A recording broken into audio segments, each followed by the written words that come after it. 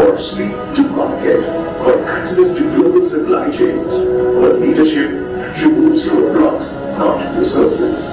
This year, the global business community gathers here to lead, to collaborate, to build what's next, faster. This November 14th and 15th, join us at the CII Partnership Summit 2025 in Visakhapatnam. Companies driven by speed choose Andhra Pradesh.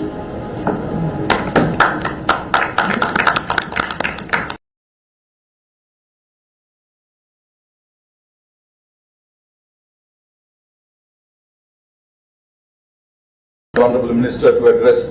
I would like to take this have privilege to introduce him, one of India's most dynamic young political leaders, Nara Lokesh, Honorable Minister for Human Resources Development, Information Technology, Electronics and Real-Time Governance in the Government of Andhra Pradesh. He is an alumnus of Stanford University, where he earned his MBA, and at Carnegie Mellon University, where he completed his Master's in Management Information Systems. Shri Lokesh brings together a world-class academic background with deep grassroots experience. He has been playing a transformative role in shaping Andhra Pradesh digital infrastructure, skilling ecosystems and e-governance reforms, laying the foundation for a modern, technology-driven state.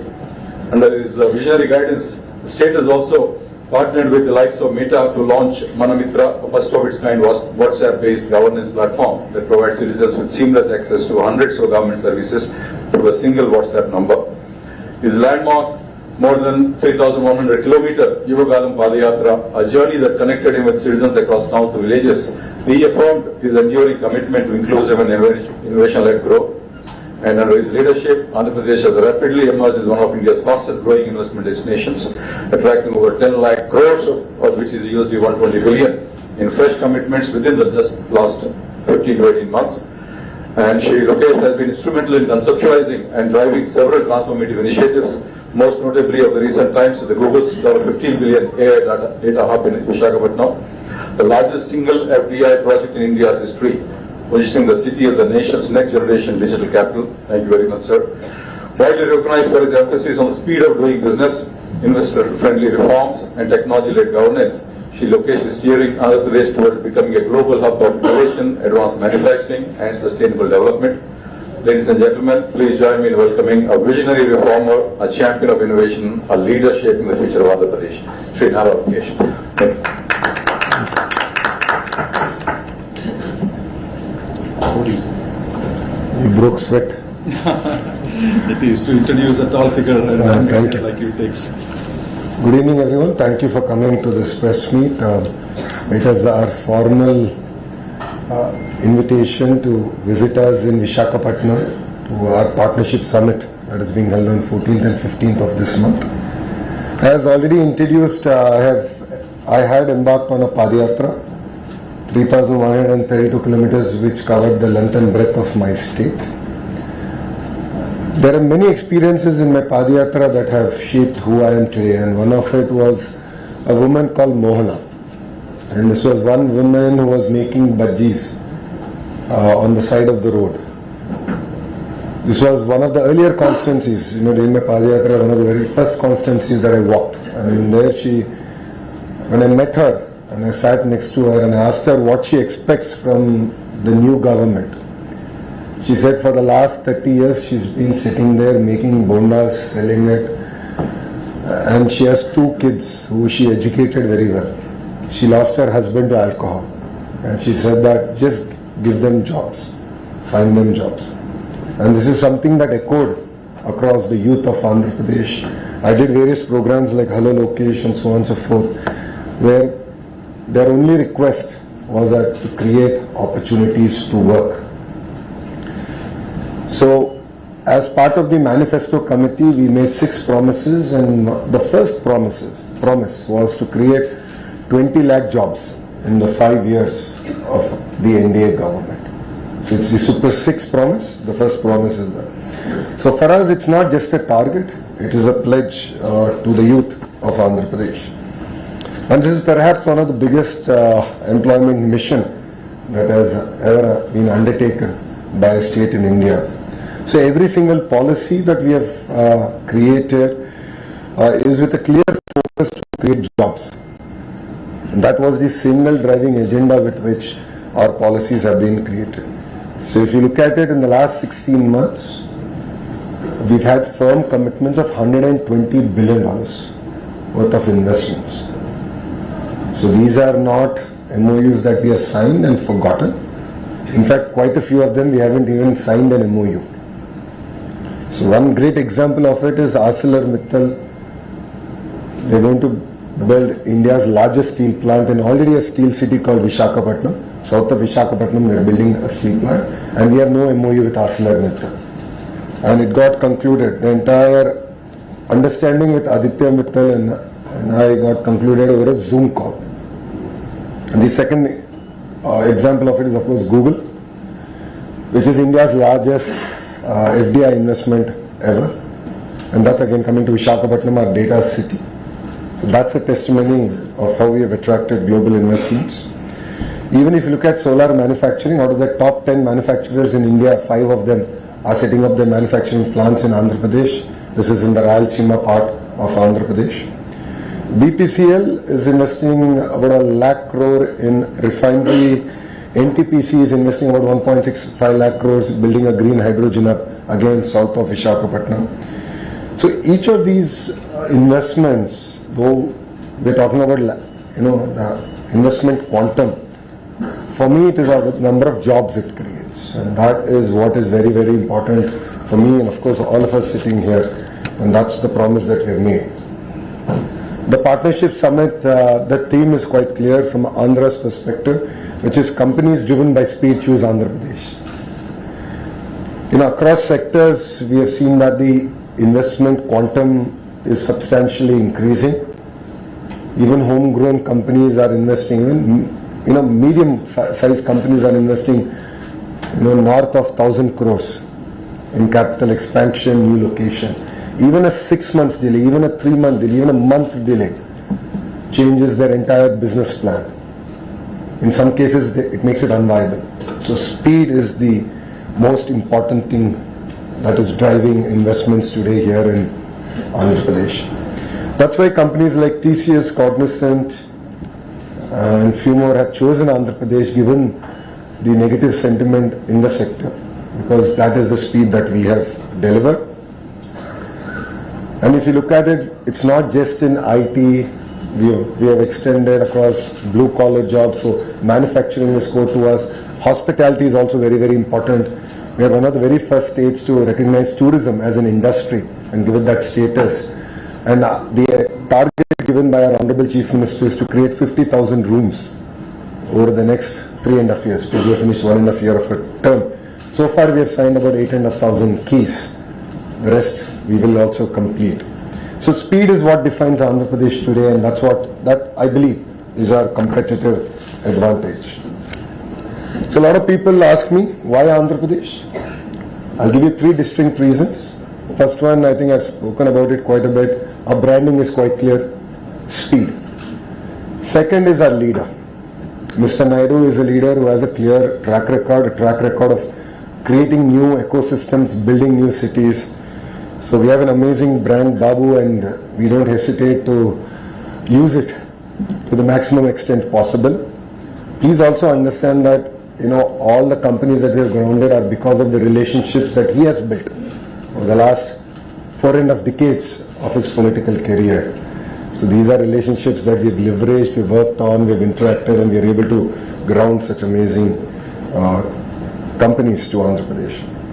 The third clear reason, and I'm sure all of you would have heard in my public speeches also, while many states in India have double-engine sarkar, only Andhra Pradesh has double-engine bullet train sarkar.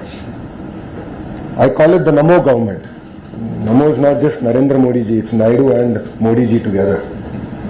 So we have the double-engine bullet train sarkar, we're working exceptionally hard. We are very much aligned with the Honorable Prime Minister's vision of Vikasit Bharat. And we have our Swarnandhra vision, which is $2.4 trillion economy by 2047. So we have clear targets, and for all of you who know Mr. Naidu, he's an extremely tough taskmaster. And we've lost track of what day it is. Monday, Saturday, Sunday, everything has just become another day to work harder. So these are clear, distinct reasons why entrepreneurs are choosing Andhra Pradesh and why upcoming entrepreneurs, next generation entrepreneurs should choose Andhra Pradesh. So 14th, 15th of November is our partnership summit in Visakhapatnam.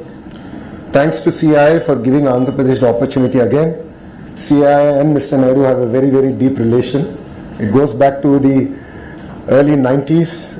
If you look at the first sustainable building that we have built in Hyderabad, to various partnership summits that we have done together, I think more than 50% of the partnership summits, close to I think 50% of the partnership summits that CII has held has been with Andhra Pradesh, combined Andhra Pradesh, now also bifurcated Andhra Pradesh. So I'd like to thank CII for giving us the opportunity to do it.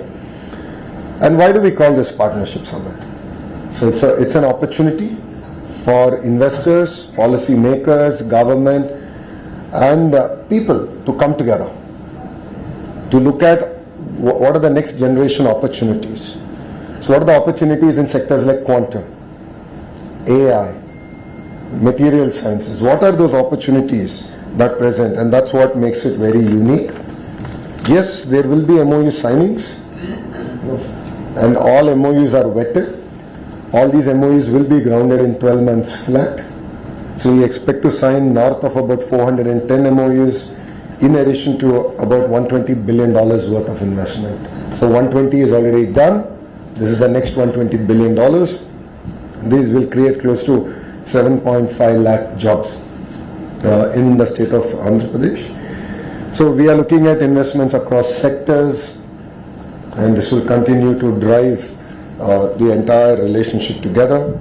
Partnership Summit is very exciting. Of course, Piyush Goyal ji is joining us, our homegrown MOCA minister. So Ramu is also going to be there.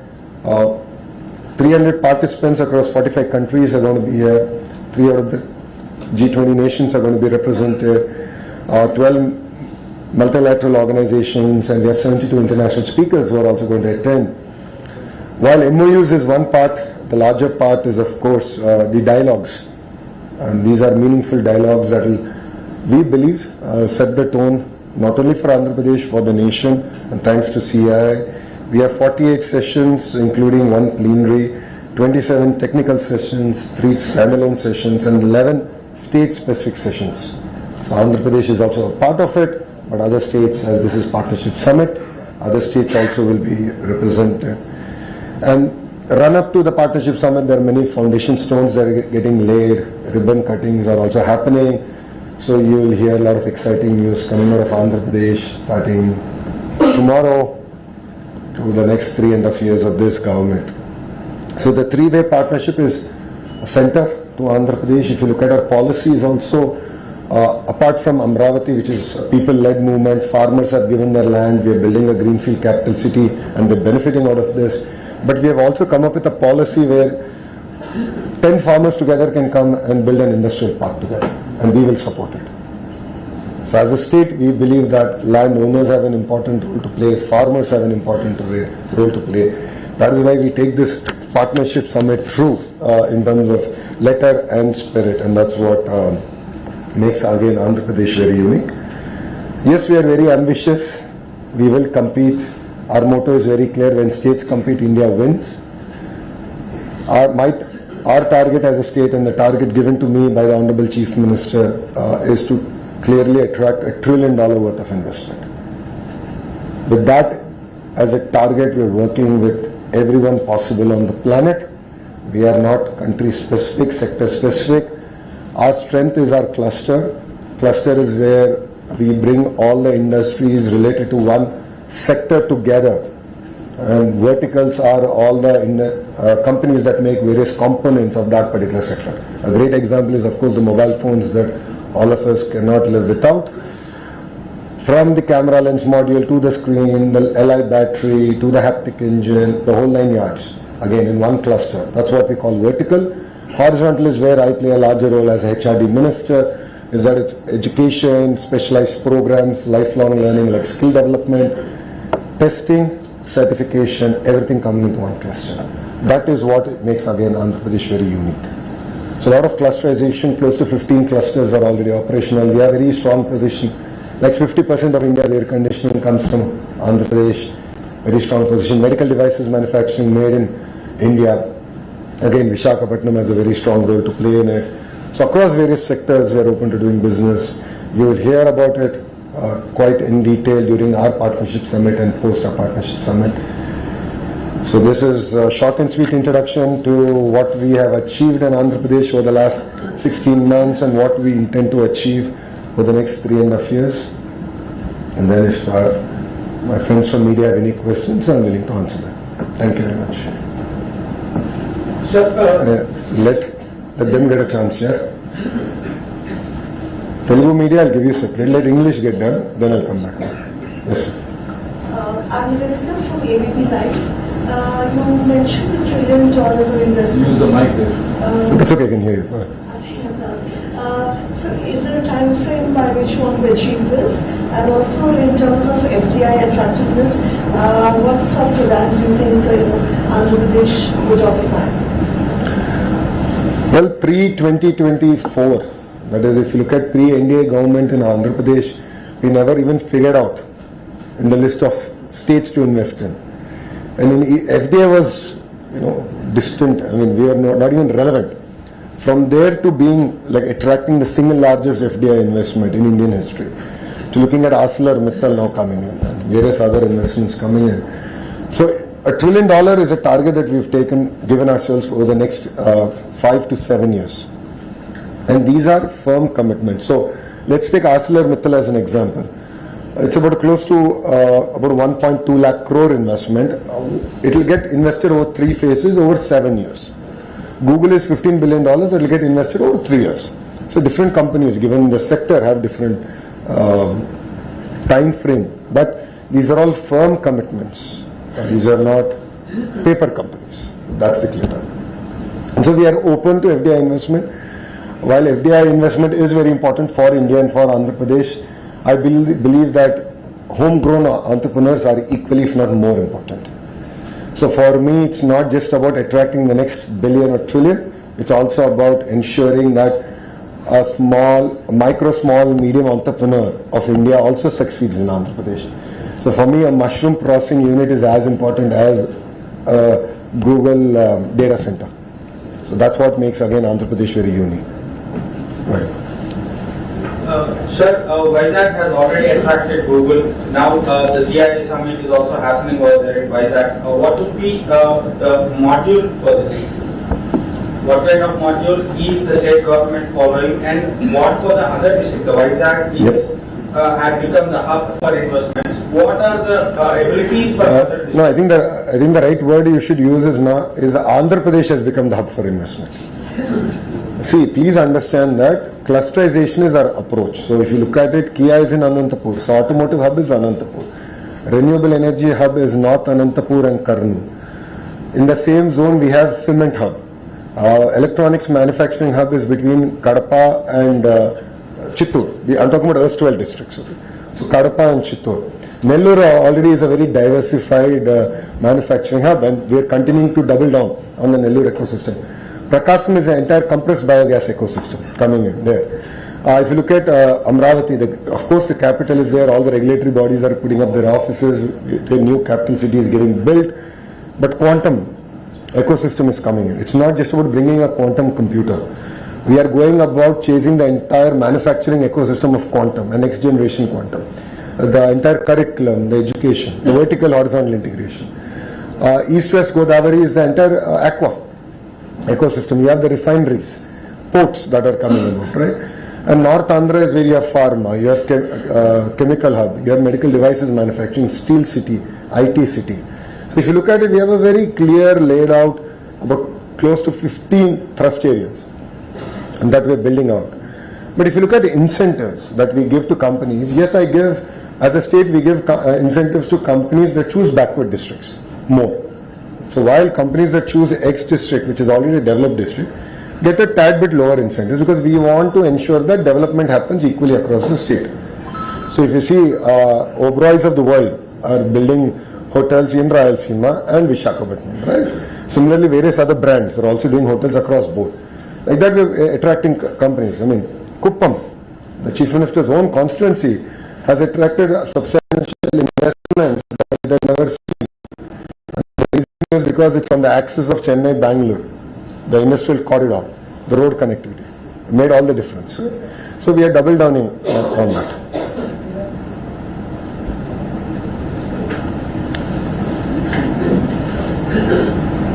Hi sir, I'm Sunita from ET now. I just have a couple of questions. You mentioned about giving entrepreneurs a push. What specifically are you doing to sort of integrate MSMEs into this huge investment boost that the state is going to expect? You also spoke about electronics manufacturing hub being one of the sectors. Yeah. In terms of the kind of investments that we can look forward to from global debt, will you be able to give a sense of that? And lastly, you also spoke about $120 billion worth of investment commitments. How much of these commitments could come from, neighboring countries as far as India is concerned, for instance, China or Vietnam? So your first question was around MSME. Sorry, I don't have a pen. We're in a digital age era, so I'm not able to write it down. Can I borrow a pen, please? Thank you. So first was about MSME. Sorry, your second one was global breakup, and third one was neighboring. Okay. So regarding MSMEs, right? So we've restarted our entire startup ecosystem. Last 5 years was the bad 5 years for our state, and you know why. So we've restarted our entire ecosystem under the name of Ratan Tata Ji. So it's called the Ratan Tata Innovation Hub, which is based out of Amravati, and there are nodes that go to close to 5 nodes that go to the important districts. There we have specific programs for MSMEs. And we are working with various other organizations, including CII and so on and so forth, on how do you take a 5,000 rupee business and make it a 50,000 rupee business? How do you make a 50,000 rupee business to a 5 lakh rupee business? This is possible when you have mentoring, number one. Number two, when you have educational institutions who are giving a lot of input to the entrepreneurs who are based out of there. So each of these hubs have entrepreneurs leading it. There's next generation entrepreneurs who are part of it. You have educational institutions that have tied to it, and we are in the process of course, raising the money required to also nurture and invest in these startups. So we are sort of rebuilding that entire ecosystem, and that's something that we have done, where greater impetus is there to MSME. First. Second, I think we're one of the very first states, one of the very few states, where every assembly constituency, we have an MSME park. It was yesterday that the Honorable Chief Minister launched the entire initiative. I think phase 1, close to 58 constituencies is where we have an MSME park. Just focus on MSME. So it's about someone who needs 500 square yards to about an acre. So these are your, and they create maximum number of jobs. So we totally understand that. And it's also aimed at promoting local entrepreneurs. So these MSME parks are about entrepreneurs in that particular constituency, or entrepreneurs from other constituency who want to be part of that ecosystem, that cluster. So MSMEs, we are it's very close to our heart. When we're in spirit, we're actually implementing our MSME outlook. In terms of investments, that's between domestic and global. I would request you to give me 2 more days. This is merely a curtain raiser. I won't be able to. The entire movie will only get played out on the 14th and 15th. Yaar, 120 billion thodi teaser hai na yaar. You're asking a lot more. In terms of neighboring countries, under the leadership of our Honorable Prime Minister, Shri Narendra Modi ji, relationships have substantively improved, and we are seeing a lot of focus now coming back into sectors, especially in electronics. That's very, very good news.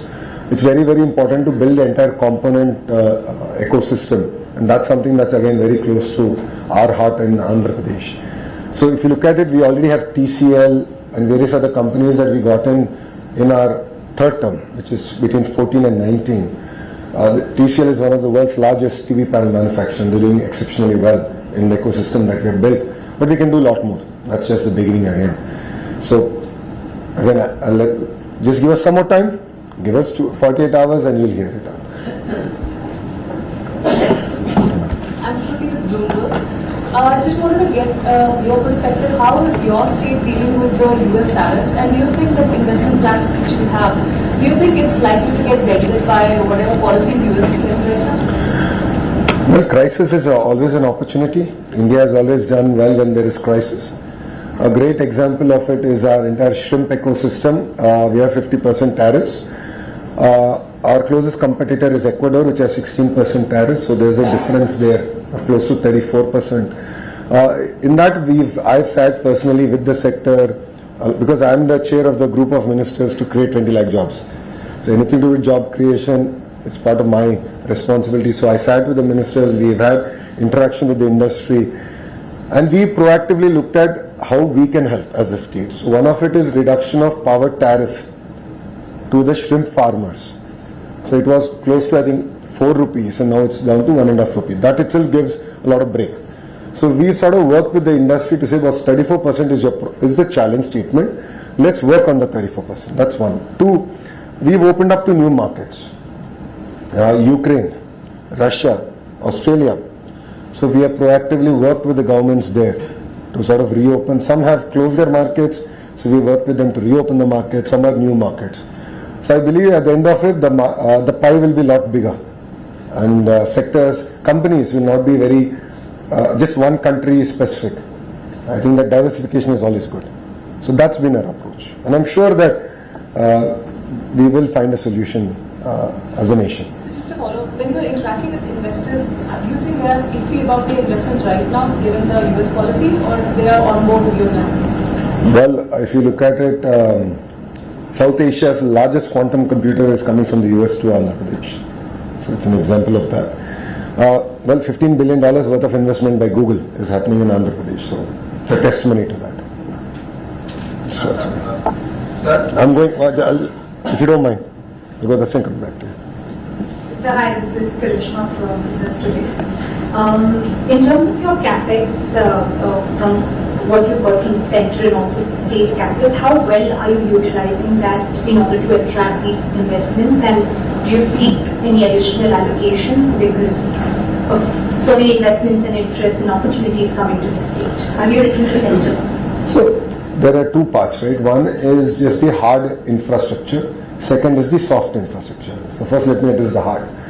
So if you look at it, we spoke about the 3 industrial corridors that pass through Andhra Pradesh. We are very lucky in that sense. There are very few states that have that. So there's already money available and we are leveraging it quite effectively. So Koparthi and Orvakal industrial nodes have got favorable dispensation from Government of India as part of building these nodes.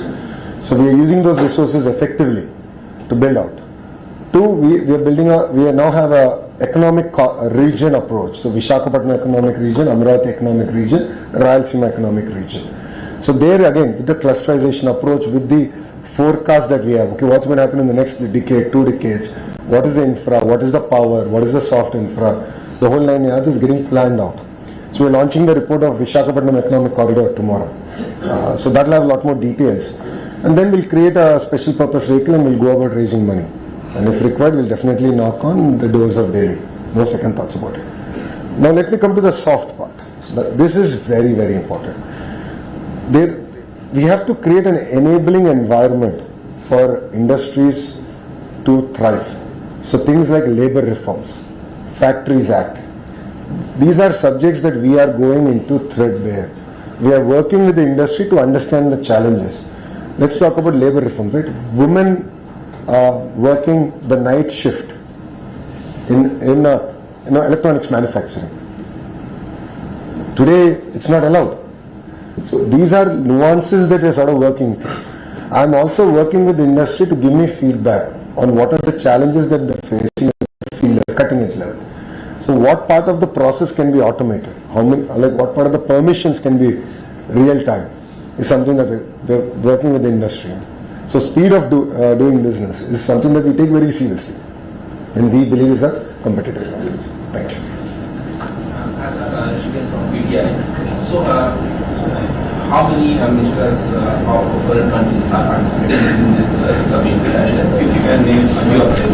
And the second question is, can you have also understand that in India and China have improved a lot?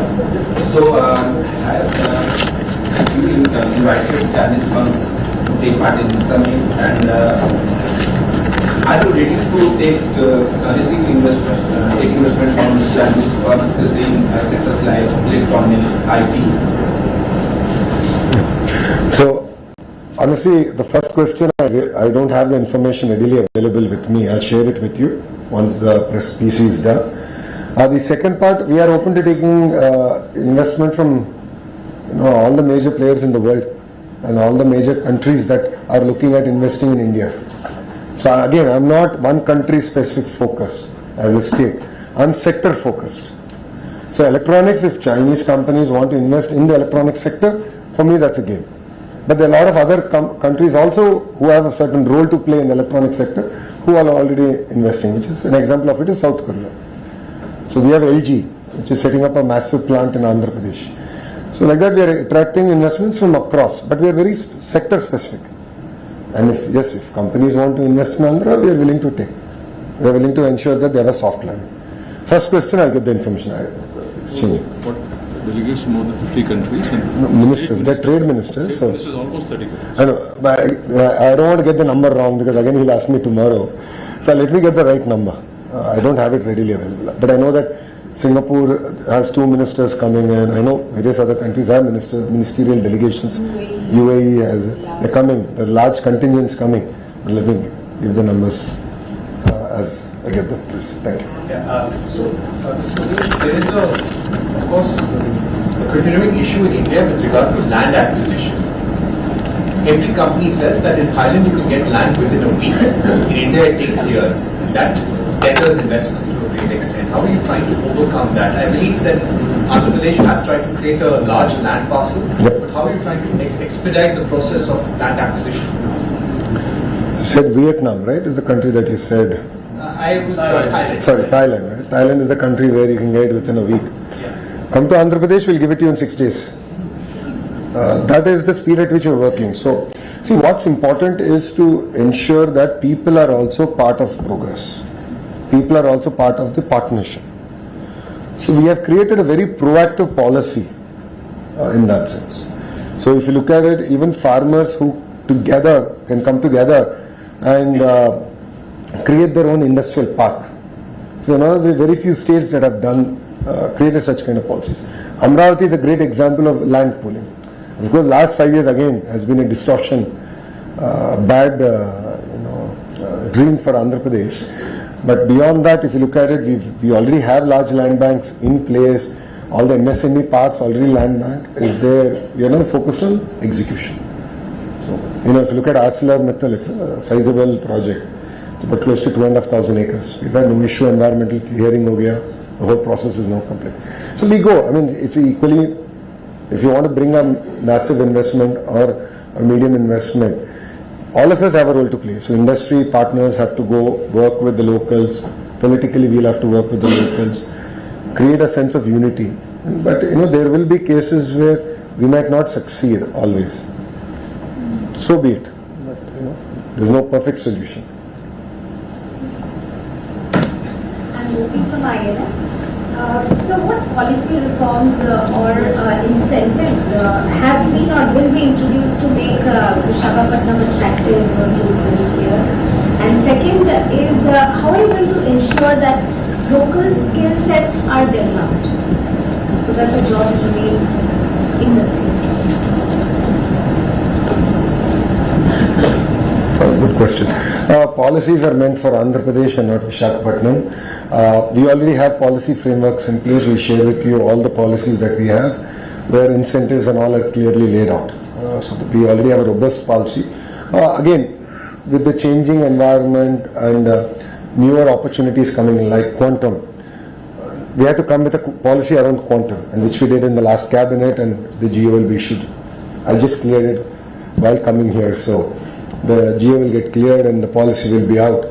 So again, policies are already there and newer policies will come. And you asked a very good question on skill set. Mr. Naidu, during his campaign, has clearly stated that India needs skill census. So once Mr. Naidu makes a commitment to India, then it is then our job to go about executing it. So we've tried, and skill census is not easy. because these are trades across sectors. You have a plumber, you have an air conditioning mechanic, you have a carpenter, and so on and so forth, automotive mechanic, or an AI engineer. Now, how do you assess their skills? So, we tried a sort of a skill census in the traditional census way, and I failed. It's in my own constituency. I tried it, and we failed, miserably failed. So now what we've done, and this will, I think this could be a model that will work. We're using AI, and we are assessing skills. So if you are you're a carpenter, for example, so you're creating a conversational AI piece where it will ask you questions on certain technical topics of carpentry or AC mechanic, and it will assess you based on that. So we've just done it. I think we are about a month old into it. We are fine-tuning it, and this is going to be part of a larger initiative called Naidu. And Naidu is a portal we are launching, where we are of course aggregating supply and demand. So demand in Andhra Pradesh, supply in Andhra Pradesh, trying to match them. But parallelly we are doing this assessment also, so that youngsters will also of course get trained in interview, and they can hone their skills before they go to an interview and so on and so forth. But it will also enable us as a state to exactly understand where are our citizens falling behind, exactly which part. Then skill intervention both online and offline can be given at a very razor sharp level. So that's the unique initiative that we are doing. So one detail. Thank you.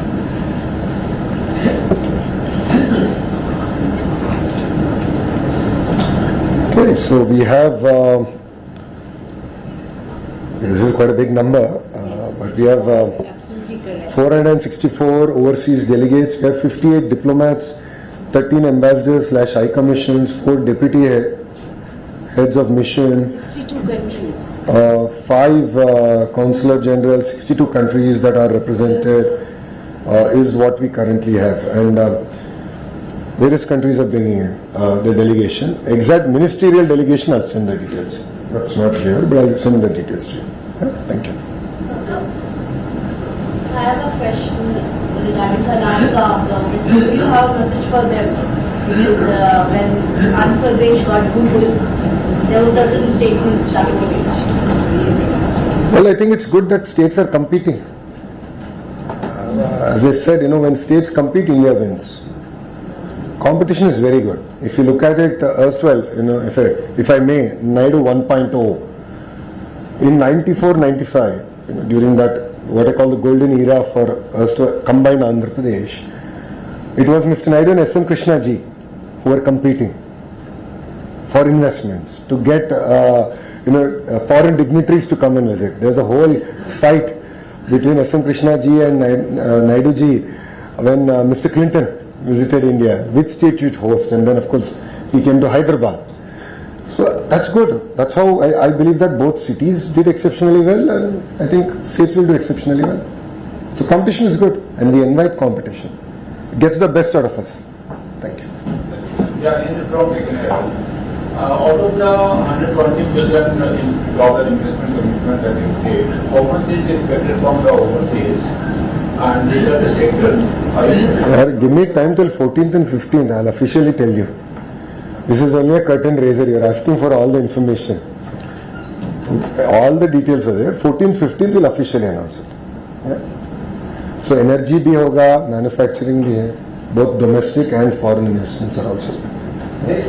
Will be new, not the already. No. No, wo ho gaya. We are busy now laying foundations here. For the 120 billion that have committed from 1st of this month till now, almost 3 months, our calendar is tight. So we are busy laying foundation, including ArcelorMittal, Google, various other developers coming in, building grade A office space, solar cell manufacturing. This is in addition to that. Yeah. I'm Deeptiman, right from Indian Express. One small question is, in the past 15 months, what is the quantum of investments that you've been able to actualize on ground in Andhra Pradesh? And if you can tell us, the sectors which have attracted, the maximum investments, just 2-3 sectors at the top. In terms of sectors, maximum dollar investment would of course be energy. Renewable energy is one sector that we've attracted substantial investment. Second, of course, would be steel, thanks to ArcelorMittal, and in the recent cabinet also we cleared one more, which is coming to Vijayanagara, which is one of the backward districts of Andhra Pradesh, North Andhra, but backward district. So we've attracted one more.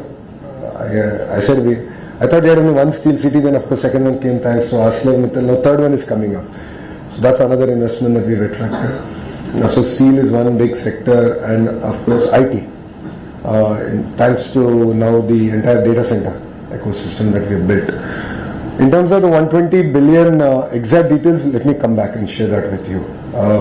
But with all fairness, I would say greater part of it is actually getting grounded as we speak. Because please understand that I think we've just signed Google or announced Google I think about 45 days back, and we are laying foundation. So, what are the jobs actually you created in last 16 months? What actual number of jobs you created in last 16 months? About close to 2 lakh jobs directly be created. Yes, sir. Sir, Ashish to understand, investments like Google or ArcelorMittal also create a lot of step-down industries. Let's say, for example, the Google investment will create which looks after a lot of telecom industries that try to get there. So how prepared are you to also offer them incentives on par with other states or let's say even other countries? Other states, absolutely. Other countries, case by case, we'll have to evaluate. But you are absolutely right. The kind of multiplier effect it has is substantial. And that is why we are giving something called an early bird incentive. So companies that have chosen in certain sectors, Andhra Pradesh, now, the first 10 companies will have a better incentive package because we believe that they are the catalyst that will build the entire ecosystem. So, again, as you rightly said, a data center has a potential to create a 25x multiplier impact. So after we signed Google, we flew back with the Honorable CM and we were there with him. The entire discussion was what are the next steps to get the 25x multiplier? In terms of fintech various other sectors, including manufacturing. Because these servers have to be upgraded every periodic time. So how do you get that manufacturing ecosystem again into Andhra Pradesh? So this is something that we threadbare discussed.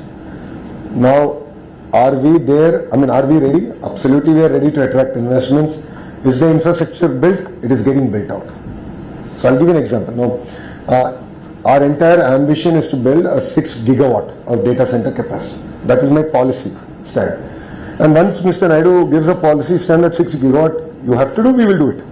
We will not, all of us sitting on this side of the table will not even sleep till it's done. That's great, 6 gigawatt is great. Now I have to get 6 gigawatt of renewable energy. And I need a base load, which could be different fossil fuels. So I have to work on solar, wind, pump storage projects. I have to make sure that they commission in time with, the data centers coming on stream. And then I have to ensure the base load, which is fossil fuel, certain type of maybe a bit of thermal or gas, whatever it is. The base load has to also be in place. So we are working. That is why there's a group of ministers that is created by the Honorable CM to ensure that this coordination among ourselves and ensure that we are able to, in toto, execute these projects. Because again, we don't want that our company aa gaya, but there's no road. Or data center is built, bijli nahi hai. We don't want to be in that situation. Absolutely. We'll only make India proud. No way. Thank you. Sir, you said that India, many states have double engine sarkar, but only Andhra Pradesh have double engine speed bullet train sarkar. Yes. Even CM Naidu, Honorable CM Naidu, in his previous public meeting, he said that many investors are ready to invest in Andhra Pradesh, but they are worried about if the regime change happen, who will give the security for the investments. So what you have also just now mentioned in many of your saying that the previous 5 years were absolutely went wrong for Andhra Pradesh. Are any other investors asked you on face that yes, what would be the if previous regime comes into power?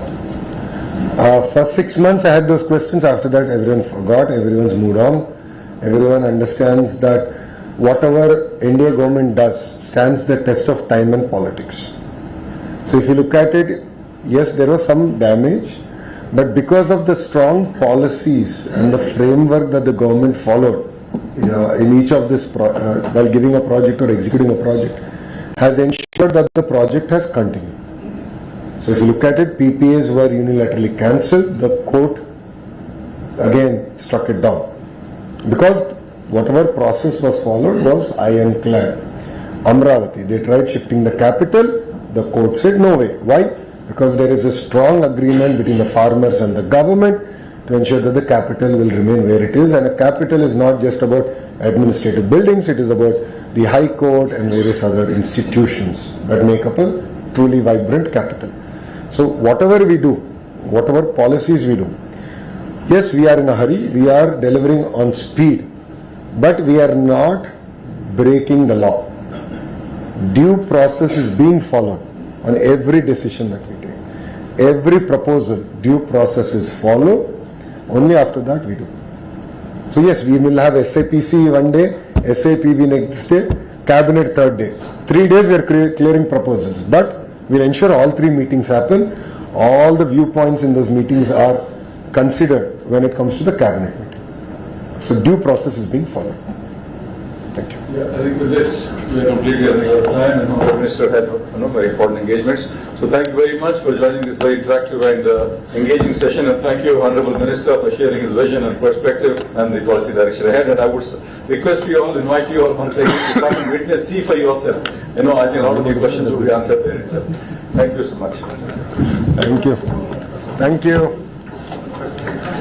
That would be great. And hyper on WhatsApp. Oh, great. Wonderful. That will all of them know.